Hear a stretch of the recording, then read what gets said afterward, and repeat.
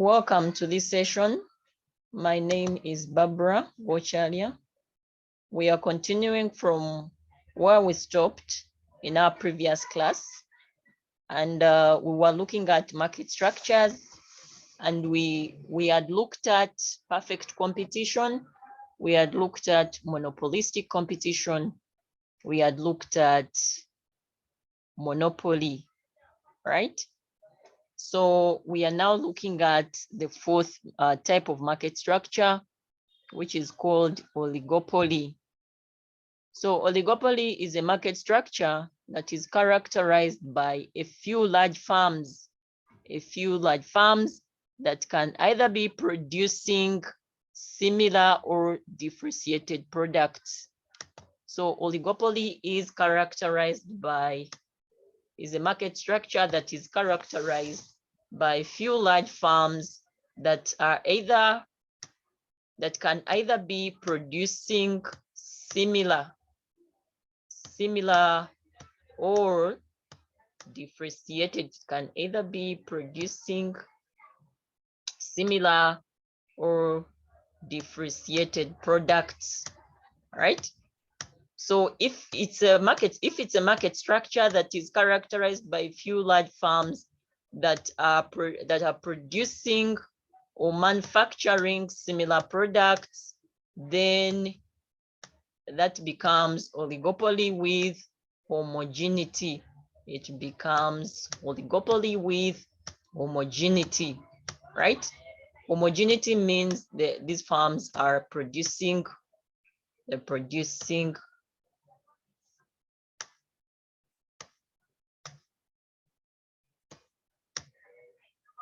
homogeneity. Oligopoly with homogeneity. And then if they are differentiated products, then it becomes oligopoly with heterogeneity. Oligopoly with heterogeneity. Heterogeneity means different, right? Heterogeneity. So it can either be oligopoly with homogeneity or oligopoly with heterogeneity.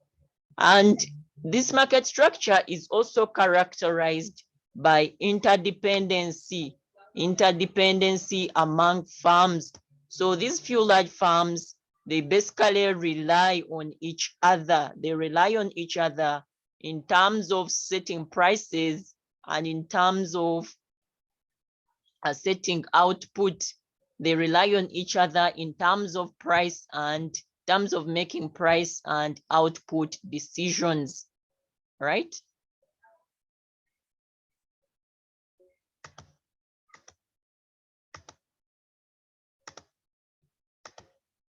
So oligopoly is characterized by a kinked demand curve, right? So if there are two farms under oligopoly,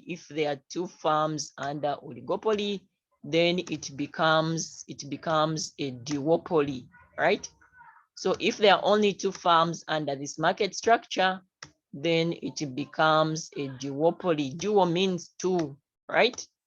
So a kinked demand curve in this perspective under duopoly, because here we are basically looking at two farms here for this kind of curve or graph. So this is how the kinked demand curve looks like. And I'm going to explain how this kinked demand curve, why the kinked demand curve, how does it arise? Why is it that it is a market structure that is characterized by this kinked demand curve?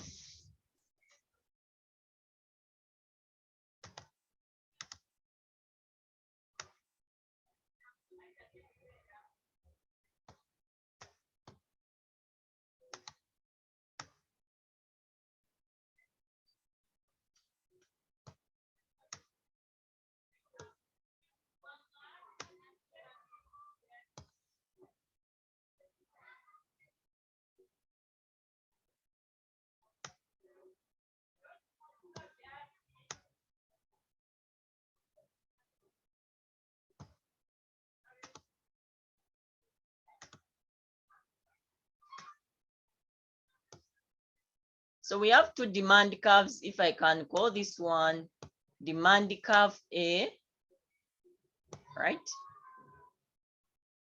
Demand curve A, or I can call it demand curve 1, and I can call this one demand curve 2. So the demand curve 1 is characterized by, is basically an elastic demand curve, right? Is an elastic demand curve. I believe we remember the measures of elasticity when we're looking at the measures of elasticity. So this is an elastic demand curve, and the demand curve 2 is inelastic demand curve, right? I believe we remember what we mean by elastic and inelastic.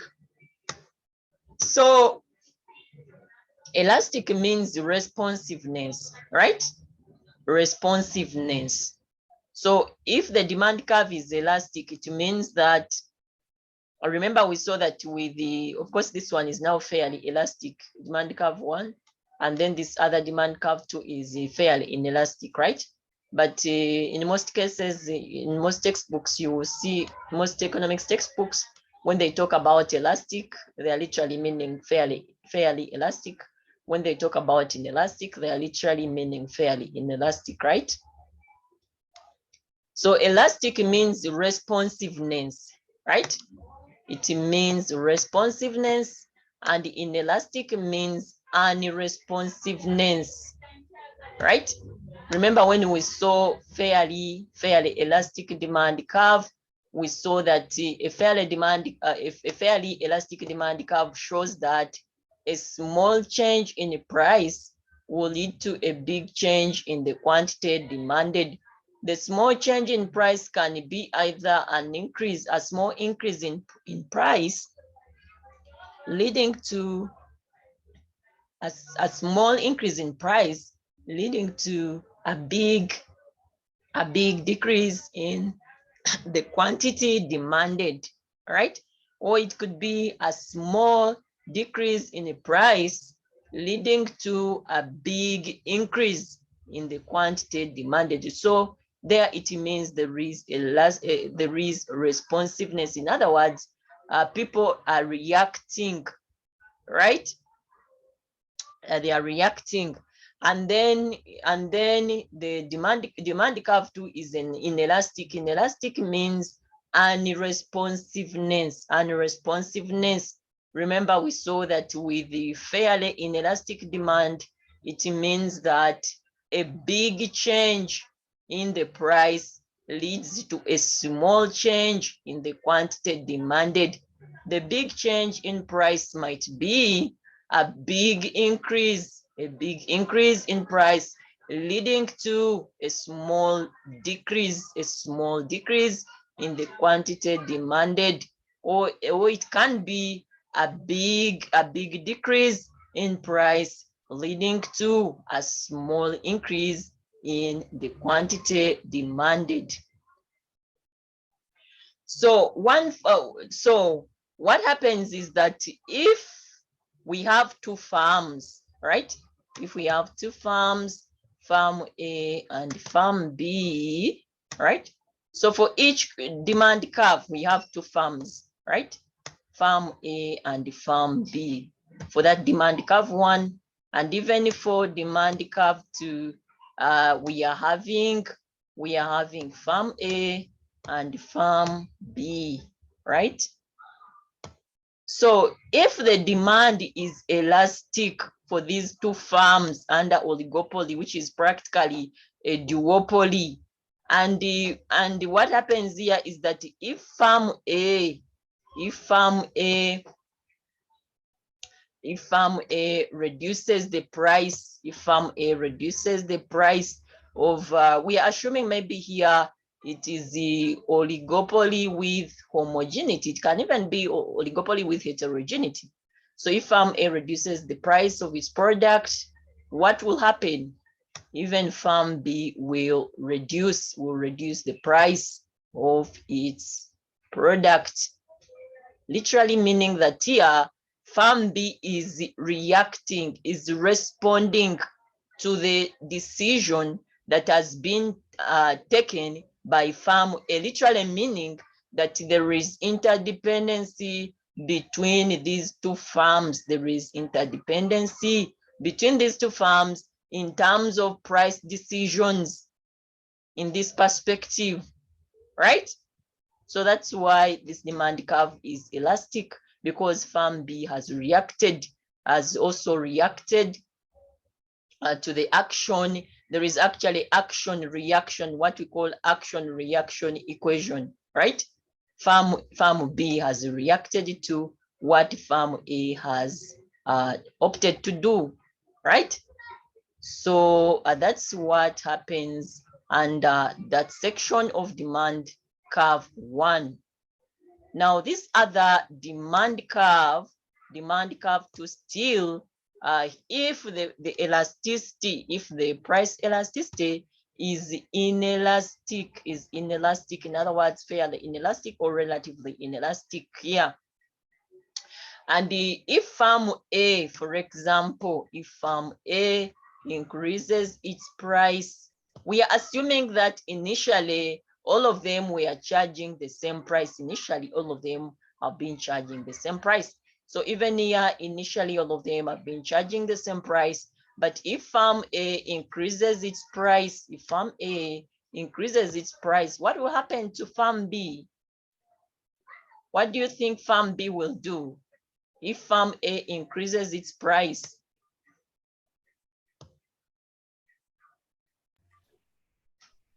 Yes, Chris. Farm B will follow by also increasing the price. Will also follow by increasing the price. Why? Because they are dealing in almost a similar little product. Samuel?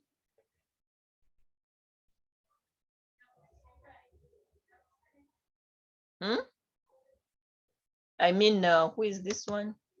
Gerard, tell us.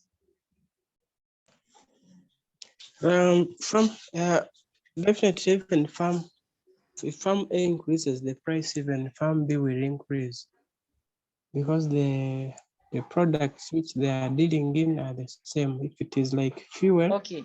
Suppose the price of the product has been $5.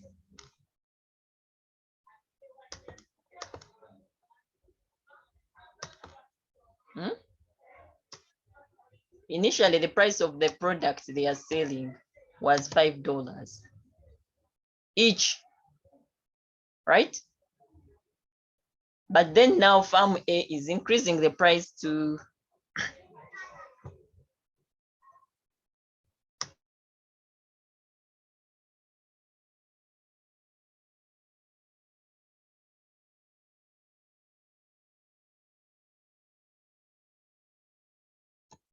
so what happens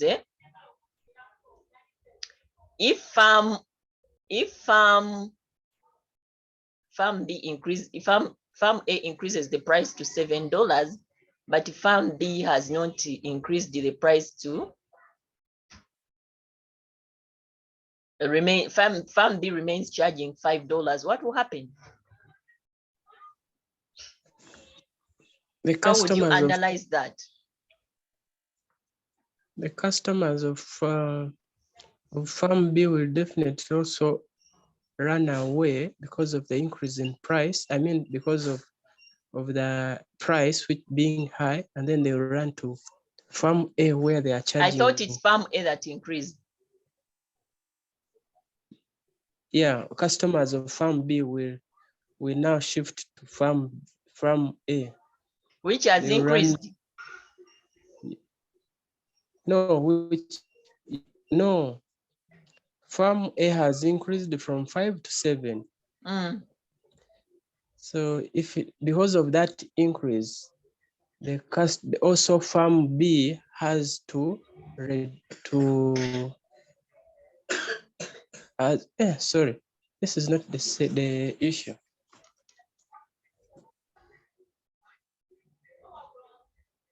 I thought farm B not remaining at the same price makes it cheaper.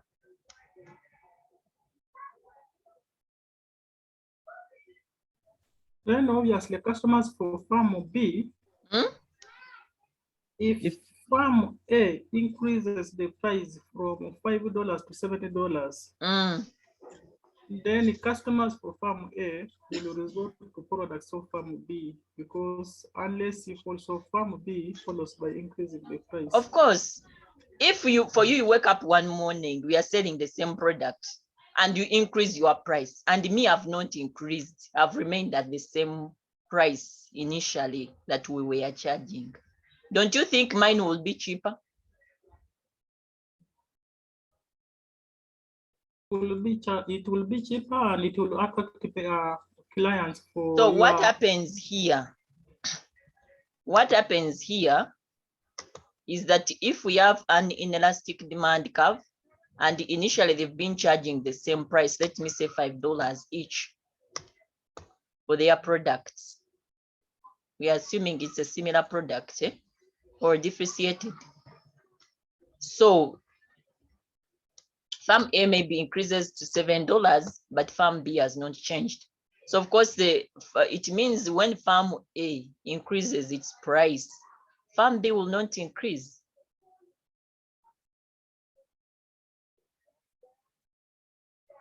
Are we getting? So it means farm B has not reacted to the action that farm A has done. So that's why there is unresponsiveness and reaction, which is inelastic.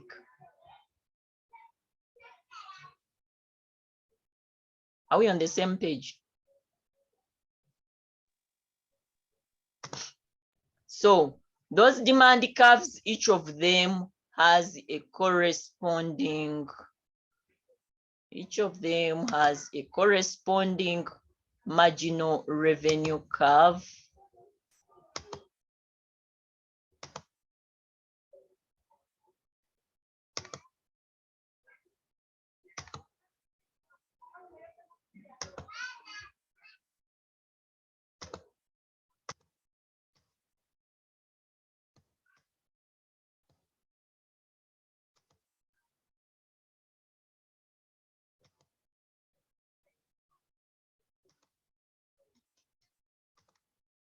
Each of them has a corresponding marginal revenue curve, right? That is the marginal revenue curve for the first demand curve there, that is the elastic, right? So that one will be there. It's the marginal revenue curve. And for the second demand curve there, which is inelastic, it will also have its corresponding marginal revenue curve. So even the marginal revenue curves will be kinked, following the kinked demand curves that we have seen there. So the kink comes in where there is a kink, or how do I call it now? A bending, a bending of this demand curve here, right from here. Where demand curve to start, that kink means bending, right? Kinked, right? So, and also we realize that for every demand curve, or for every demand curve, it will have a corresponding marginal cost curve. It will have a corresponding marginal cost curve, right? A corresponding marginal cost curve. So we have marginal cost curve 1, marginal cost curve 1, and marginal cost curve 2, right? And marginal cost curve 2 according to those two demand curves. And then we shall have a corresponding price, of course, and knowing well that the prices are determined, that these farms rely on each other to determine in terms of price decisions and the output decision on how much to charge on what price to charge and how much to produce. They depend on each other, what we call the game theory that actually shows interdependency among farms under this particular market structure, which is oligopoly.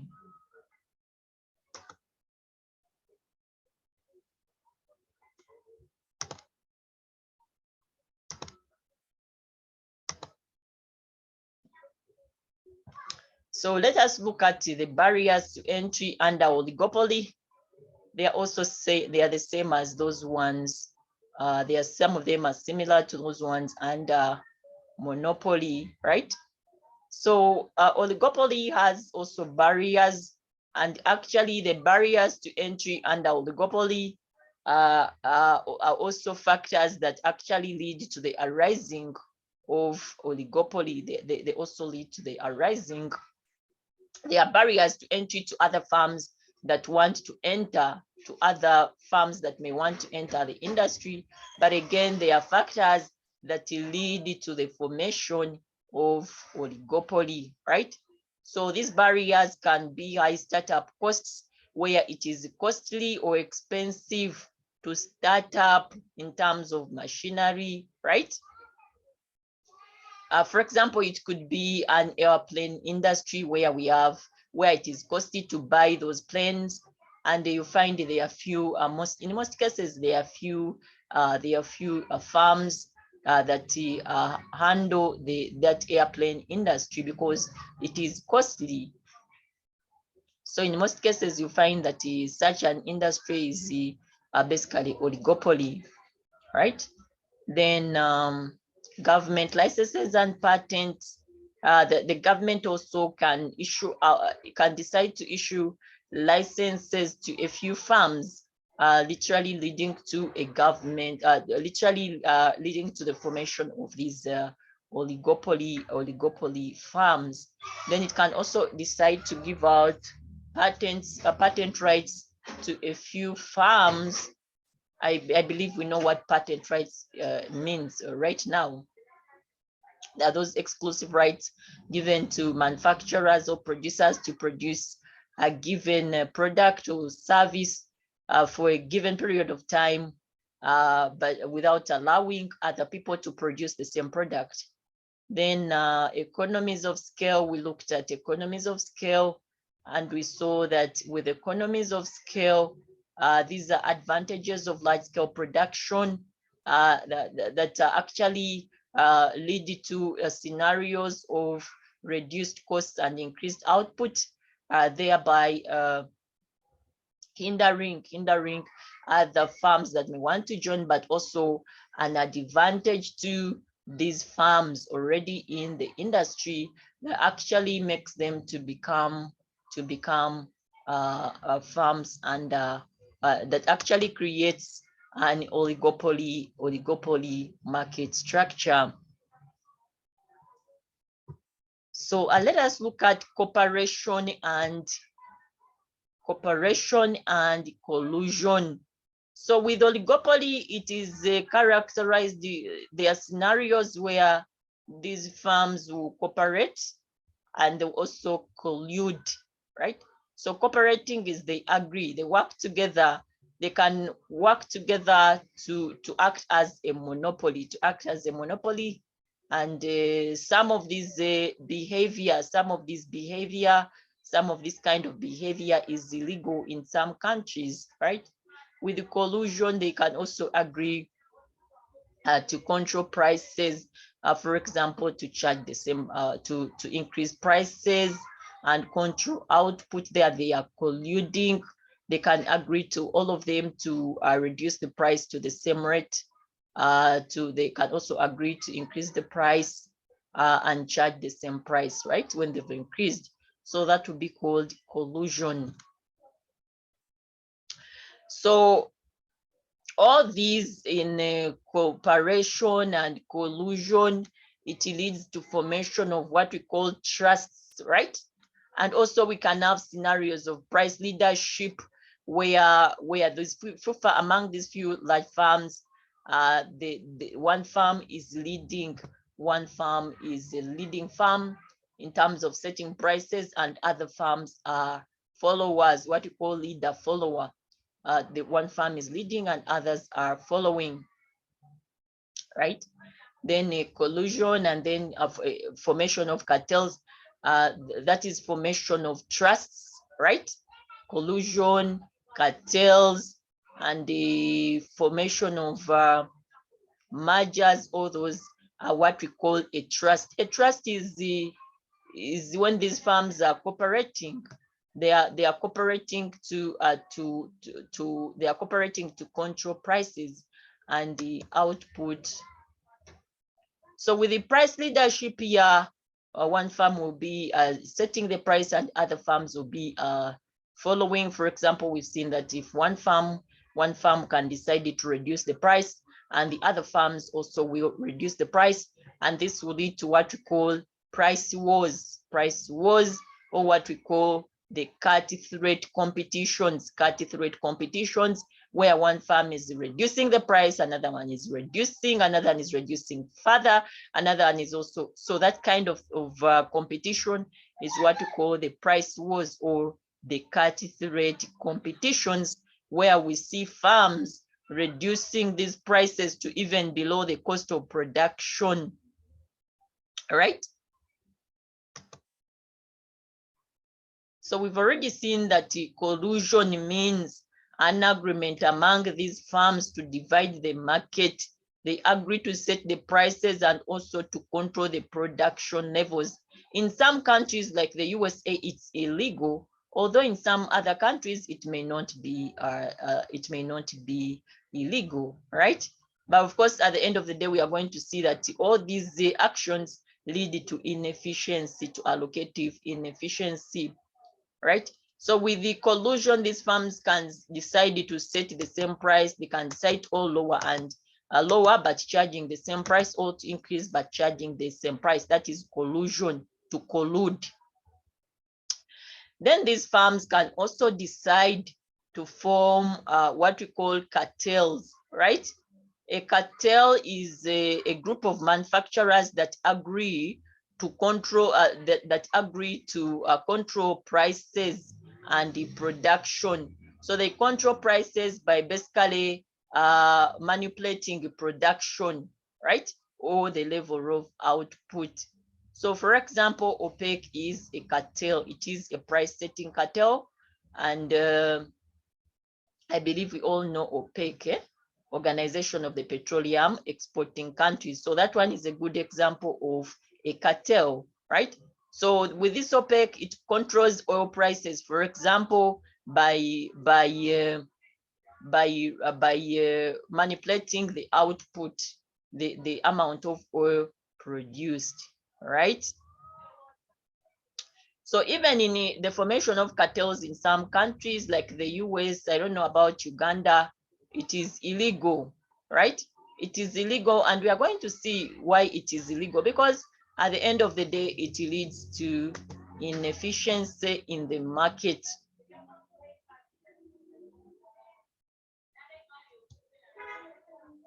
Right? Then we have what we call predatory pricing. All these are illegal behavior. They are illegal behavior that actually happen under oligopoly. So these firms can actually also carry out what you call predatory pricing. A predator, you know, a predator, right? So predator, we are looking at, if it's in the animal kingdom, we are looking at one animal. There is a prey and what? And predator, right? So is the prey is the animal that is being eaten, and the predator is the one that eats, isn't it? But now here it's in the perspective of business, where we are seeing that these farms under oligopoly can decide to for example, reduce the price. They can decide to reduce their prices of their product to below the average cost of production, right? For example, if the average cost of producing a product is, let me say, 1,000 Ugandan shillings, then these farms can decide to charge the price, the final market price, at the selling price at 500, which is totally below the cost of producing this product, right? So of course now these other farms that may want to join the industry, they will be discouraged because they will not, they'll see it as making a loss. So with the whole essence or objective of these farms under oligopoly carrying out what we call predatory pricing is to discourage the rival farms from entering the industry, right?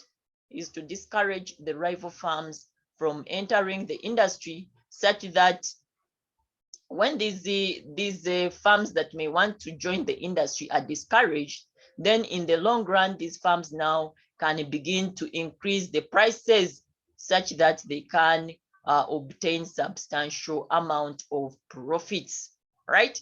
So the predatory pricing is basically to drive out competition in the market, but in the long run, after they've got their objective of discouraging other farms from entering the industry, they will then increase the prices to get substantial profits, right? So what happens?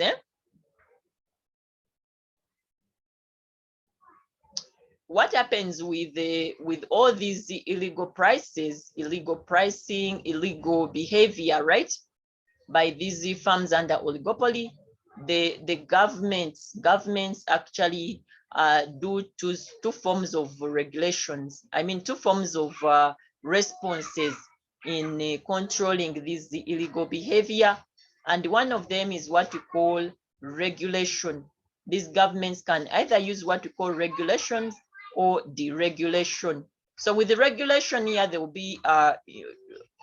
be imposing laws, right? They will impose laws, and these laws would be laws against the formation of trusts, against the formation of trusts. And what is a trust? We have seen that a trust is, for example, a cartel is a trust. When these farms form a cartel, they are forming, that is a trust, right? When these farms, for example, they can decide, these farms under oligopoly, they can also decide to join, to merge, and they become one farm, and they merge, what we call mergers. They can also decide to form mergers, and they become one farm. They become a monopoly. If it's one farm, it becomes a monopoly, right? So formation of cartels, formation of mergers, all those is what we call trusts. That is trusts. Are we together? A cartel is a trust, a merger is a trust. So these laws imposed by government will be laws against the formation of trusts, against the formation of cartels, against the formation of mergers. And at the end of the day, these unjust laws will be aimed at encouraging competition in the market, right? Encouraging competition in the market, because competition reduces prices. I hope we are getting the logic, right? So trusts are illegal groupings by these companies under oligopoly, and the formation of a trust discourages competition. For example, formation of cartel discourages competition. Formation of a merger, you find 2 or 3 farms have joined and they have become one farm, they've become a monopoly. That limits competition in the market. And when competition is discouraged, of course, at the end of the day, the prices will increase. So governments will impose antitrust laws to encourage competition in the market.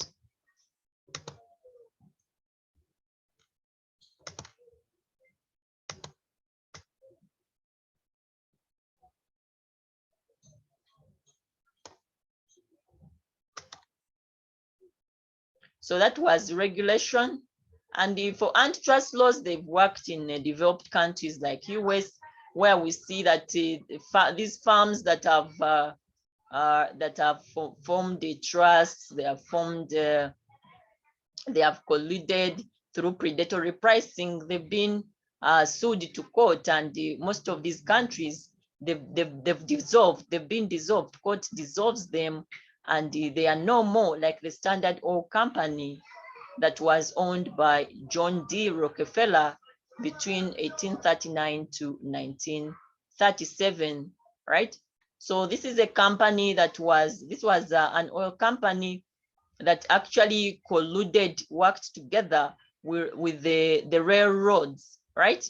To eliminate competitors in order to gain monopoly in the industry. And so it was sued in court, right?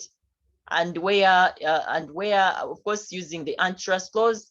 And in 1911, the US Supreme Court found this company, the Standard Oil Company, violating the antitrust laws, and it was ordered to dissolve. In other words, it was no more, right? It was ordered to cease business. So that's how these antitrust laws are able to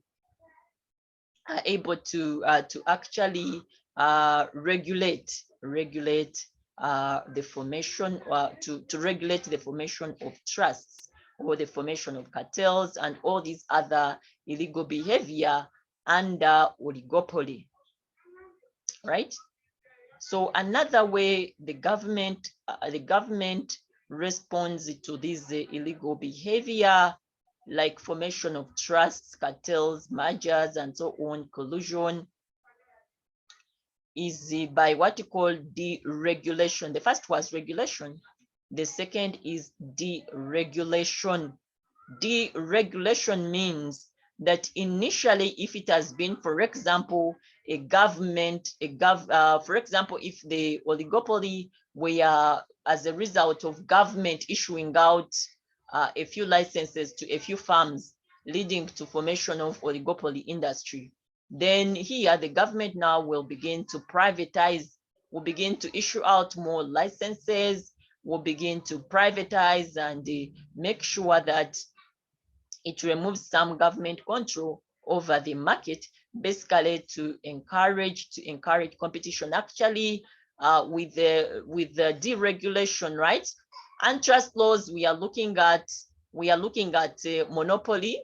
Yeah, the government using laws to discourage monopoly, to discourage formation of trusts and oligopoly. And then deregulation also, here we can look at it in the perspective of government. If it has initially been a government monopoly, the government can begin, for example, to sell shares in what has been a government monopoly, right? So it sells the shares, and we shall have privatization, whereby people will buy shares in here, and of course it encourages competition. Monopoly will cease, and the competition encourages efficiency, right? Of course, with efficiency, we are having prices reducing and output increasing.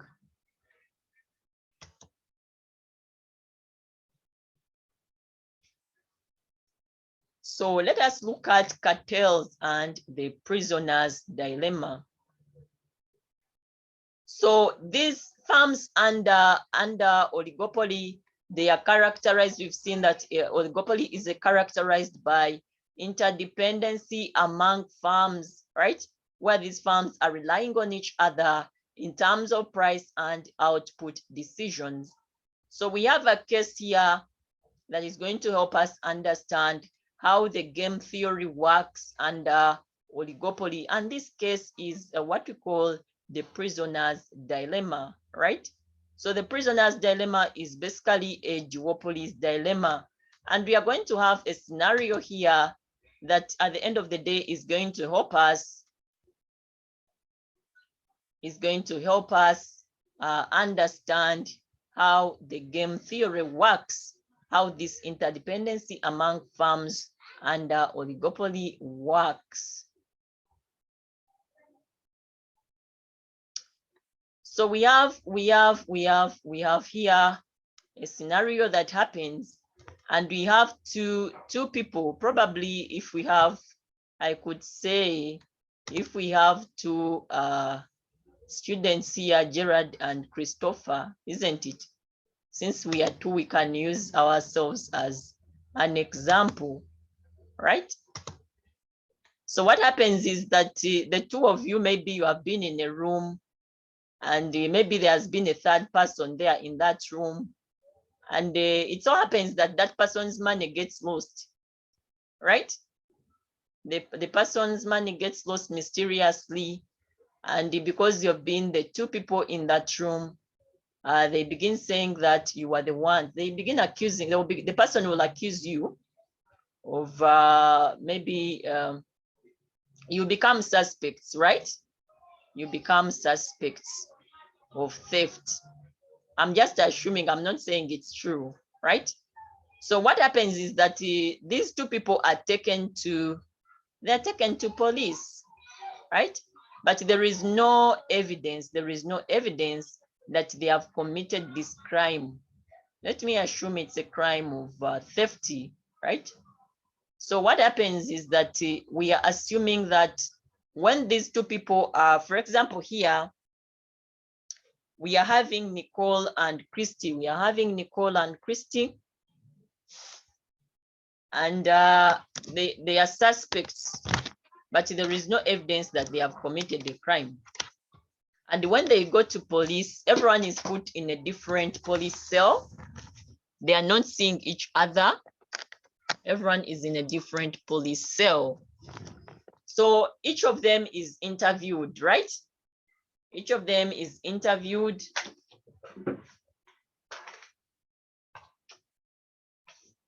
Each of them is meant to make a statement, but the condition is that if one person confesses, right? The condition is that if all of them confess that they committed the crime, if Nicole and Christy confess, if Nicole confesses and Christy confesses that they committed a crime, each of them is going to get 5 years. 5 years of imprisonment, right? But if Nicole remains silent, refuses to confess that she committed a crime, right? If Nicole remains silent, does not confess that she committed a crime, but Christy confesses, then Christy, who has confessed, will be set free. Christy, who has confessed that she committed a crime, will be set free, but Nicole, who has refused to confess, is going to be imprisoned for 10 years. All right. So the condition is that if one of them confesses and another one does not confess, the one who has confessed is set free. Another one who has not confessed is going to be imprisoned. So if it so happens here, this is a matrix, yeah. So if it so happens here, so in this cell here, I can call this one cell 1, cell 2. I can call this one cell 3. I can call this one cell 4, right? So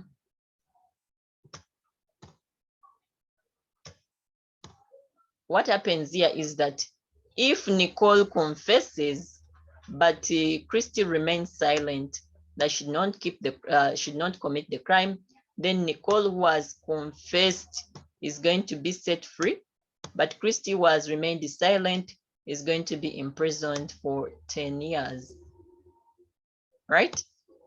And then the fourth cell here, what happens is that if all of them remain silent, Nicole remains silent and Christy remains silent that they committed the crime, they refuse to confess, in other words, each of them is going to be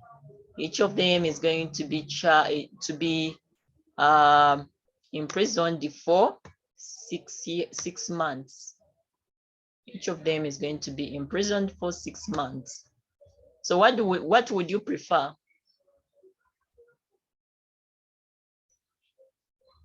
What would you prefer here? If you are one of these suspects?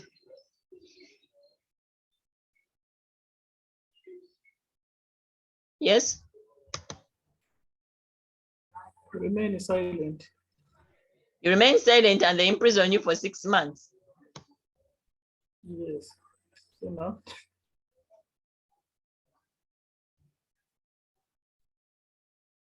Eh? Yes. But now, it's going to be a little tricky for you. It's actually going to be tricky for you because When you remain silent, you must know that the other colleague of yours in the other different cell, you don't know what the other colleague in the other different police cell is going to respond.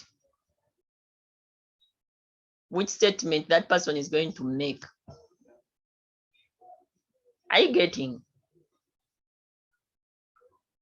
For example, if you remain silent and the other person confesses, the other person is going to be set free. And for you, you're going to be imprisoned for 10 years.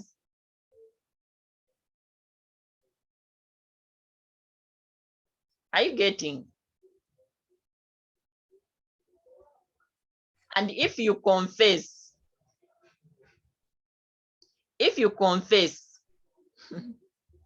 and the other person also confesses, you're going to be imprisoned for 5 years, all of you. So the trick, the challenge is that you must know what the other person is going to say, which is a little impossible. For you to make your decision of whether to confess or not confess, you must know what the other colleague of yours in the other police cell is going to respond, which is practically impossible to do what? To determine. So that's what they call the prisoner's dilemma, which is basically a duopoly's dilemma. So literally this one shows us that the two of these suspects, they need to depend on each other to make decisions on whether to confess or not to confess. Are we getting?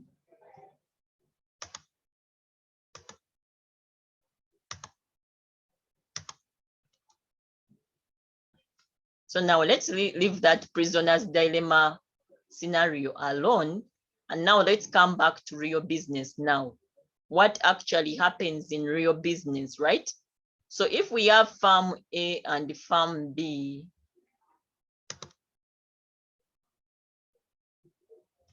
right? So leave the other Christy and Nicole alone, those suspects, we've left that one. That one was just to give us an idea, right?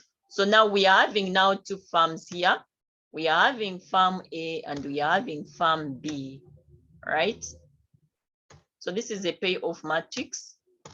So what is happening here is that if, for example, here, let me call this one cell 1, cell 2, cell 3, and cell 4,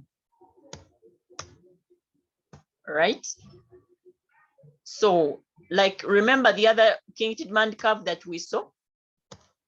How it was explained, that King-Tiedemann curve, right? So here it is exactly what is going to happen with the King-Tiedemann curve. What happened with the King-Tiedemann curve regarding the pricing? So if we have farm A and farm B, and what happens if for example, farm A, all of them, if for example all of them can agree, what we have seen as cooperation and the collusion, right? So all of them can agree to, initially we assume they've been charging the same price, yeah. So initially now the farm A increases the price to $2, right? Increases the price of the product to $2, and then farm B also does what? Reacts. Farm B also does what? Reacts. So that one will be representing the other elastic demand curve that we saw under the King-Tiedemann curve. Because elastic means responsiveness.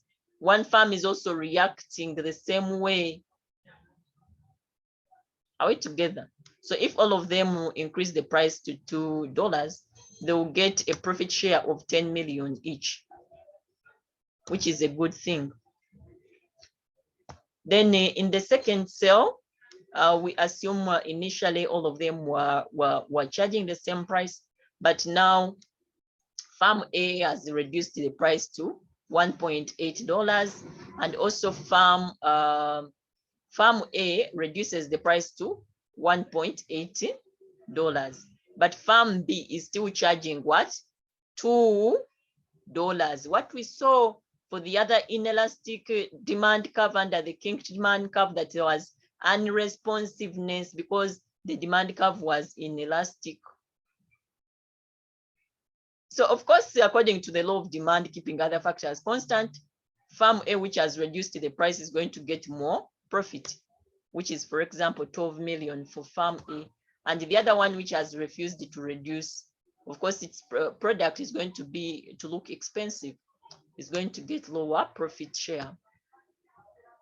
Then in cell 3, we see that if farm B reduces the price to 1 point,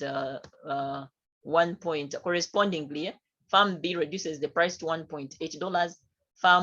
Farm A has not changed the price; it's still charging $2. So of course, farm B's price is now lower, and it's going to sell more. Of course, keeping other factors constant, that the lower the price, the higher the quantity demanded. So farm B, which has reduced, will get a more profit share, which is 12 million for farm B, and farm A, which has refused to reduce, will get a lower profit share, which is, for example, 5 million. I'm assuming it's $5 million, because the shillings cannot be 5 if it's the Ugandan shillings here. Then cell B here, we are seeing that farm A is all of them actually, farm A and farm B, they are charging, they have all reduced the price to $1.8 and literally showing that there is a responsiveness there. The demand curve will be elastic, right? So it means that here it means that all of them are going to get the same profit share, but of course lower than when all of them increase. It will be lower. The profit share when all of them reduce will be lower than the profit share for both of them when all of them increase, right? So here in cell 1 and cell 4, we realize that they have agreed to work together. They have actually colluded. So when they agree to work together and charge the same price, that is collusion. So in cell 1 and in cell 4, these two firms have colluded, what we call collusion.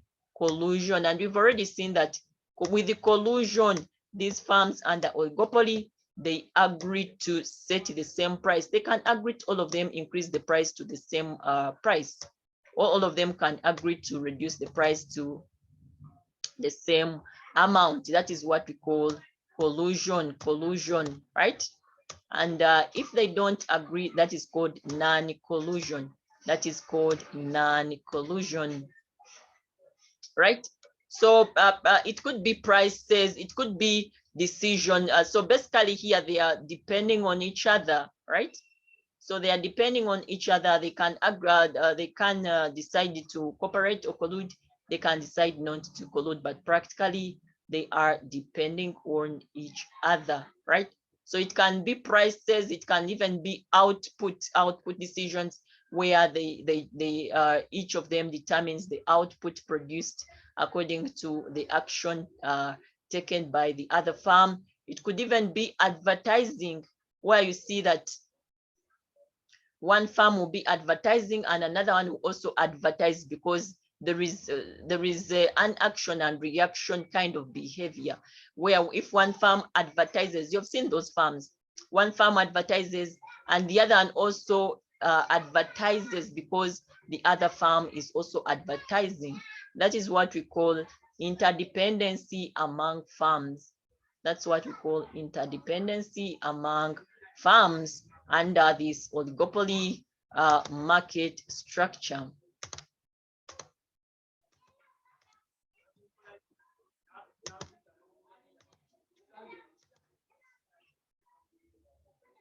Right?